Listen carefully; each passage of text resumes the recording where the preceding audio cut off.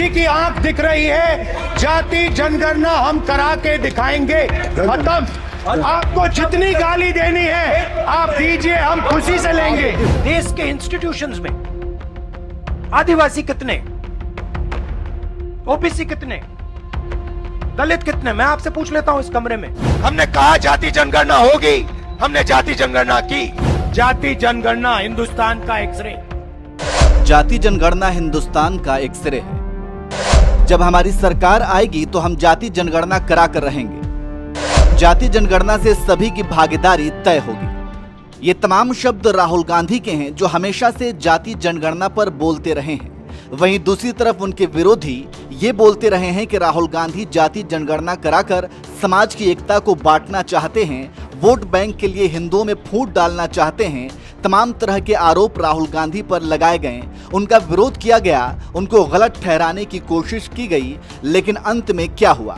पता ये चला कि केंद्र सरकार अब खुद ही जाति जनगणना कराएगी। जो सरकार जाति जनगणना में 50 खामियां निकाल रही थी, अब वही सरकार जाति जनगणना के लिए तैयार भी हो गई। ये ठीक वैसा ही है जैसे किसान बिल पर केंद्र की मोदी सरकार पलटी थी। 1 से 1.5 सालों तक केंद्र सरकार किसान बिल को किसानों के हित में बताती रही। तमाम मीडिया चैनल्स केंद्र सरकार द्वारा पास बिल के फायदे गिनाते रहें और किसानों को समझाते रहें कि वो अपना आंदोलन वापस ले लें। लेकिन एक दिन अचानक प्रधानमंत्री मोदी टीवी पर प्रकट हुए और भाषण दिया कि हम किसान बिल को वापस लेते हैं, जिसके बाद सभी हैरान रह गए कि अचानक क्या हो गया। उसके बाद ये भी कहा जाने लगा कि ये सब तत्कालीन विधानसभा चुनावों को देखते हुए किया गया। अब ठीक यही बात इस बार भी कही जा रही है, जब केंद्र के द्वारा जाति जनगणना का ऐलान किया गया।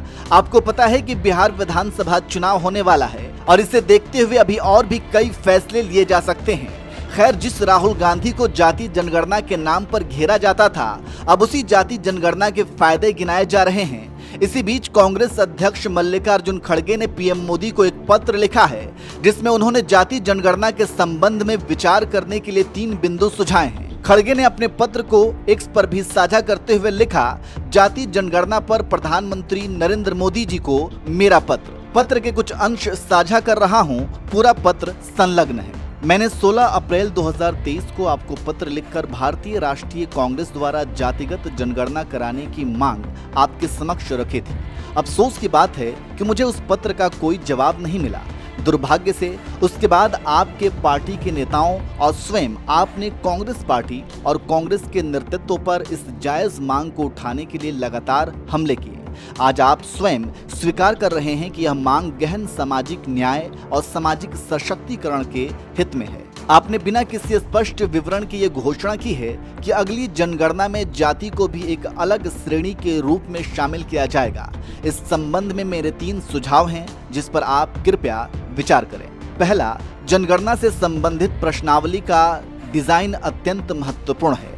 केंद्रीय गृह मंत्रालय को जनगणना में इस्तेमाल किए जाने वाले प्रश्नावली और पूछे जाने वाले प्रश्नों के लिए तेलंगाना मॉडल का उपयोग करना चाहिए। दूसरा, जाति जनगणना के जो भी नतीजे आएं, यह स्पष्ट है कि अनुसूचित जातियों, अनुसूचित जनजातियों और अन्य पिछड़ा वर्गों के लिए आरक्षण पर मनमाने ढंग से लगाई गई 50% की अधिकतम सीमा को संविधान संशोधन के माध्यम से हटाया जाना होगा। तीसरा, अनुच्छेद 15(5) को भारतीय संविधान में 20 जनवरी 2006 से लागू किया गया था। इसके बाद इसे सर्वोच्च न्यायालय में चुनौती दी गई। लंबे विचार विमर्श के बाद सर्वोच्च न्यायालय ने 29 जनवरी 2014 को इसे बरकरार रखा।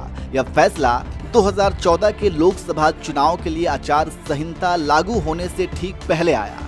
यह निजी शिक्षण संस्थाओं में अनुसूचित जातियों, अनुसूचित जनजातियों और ओबीसी के लिए आरक्षण का प्रावधान करता है। इसे क्रियान्वित किया जाना चाहिए। जाति जनगणना जैसे किसी भी प्रक्रिया को जो पिछड़ों, वंचितों और हाशियों पर खड़े लोगों को उनके अधिकार दिलाने का माध्यम बनता है, किसी भी रूप में विभाजनकारी नहीं माना जाना चाहिए। हमारा महान राष्ट्र और हमारे विशाल हृदय लोग विपरीत परिस्थितियों में हमेशा एकजुट होकर खड़े हुए हैं। हाल ही में पहलगाम में हुए कायराना आतंकी हमलों के बाद हम सब ने एकजुटता का परिचय दिया। भारतीय राष्ट्रीय कांग्रेस का मानना है कि सामाजिक और आर्थिक न्याय तथा स्थिति और अवसर की समानता सुनिश्चित करने के लिए जाति जनगणना को उपरोक्त सुझाए गए समग्र तरीकों से कराना अत्यंत आवश्यक है। यह हमारे संविधान की प्रस्तावना में भी संकल्पित है। तो इस तरह से कांग्रेस के राष्ट्रीय अध्यक्ष मल्लिकार्जुन खड़गे ने प्रधानमंत्री मोदी को पत्र लिखकर अपनी बात रखी है। अब देखना होगा कि पीएम मोदी उनकी बातों को कितना तरजीह देते हैं। लेकिन एक बात तो साफ है कि जिस जातिगत जनगणना पर राहुल गांधी के विरोधी उन्हें समाज को तोड़ने वाला नेता बोलते थे, अब वही जातिगत जनगणना करा रहे हैं। अब ये कोई राजनीतिक मजबूरी है, वोट बैंक की मजबूरी है, या फिर सिर्फ एक चुनावी शगुफा, ये देखने वाली बात होगी। वैसे आपको क्या लगता है? आप भी कमेंट करके अपनी राय जरूर दीजिए।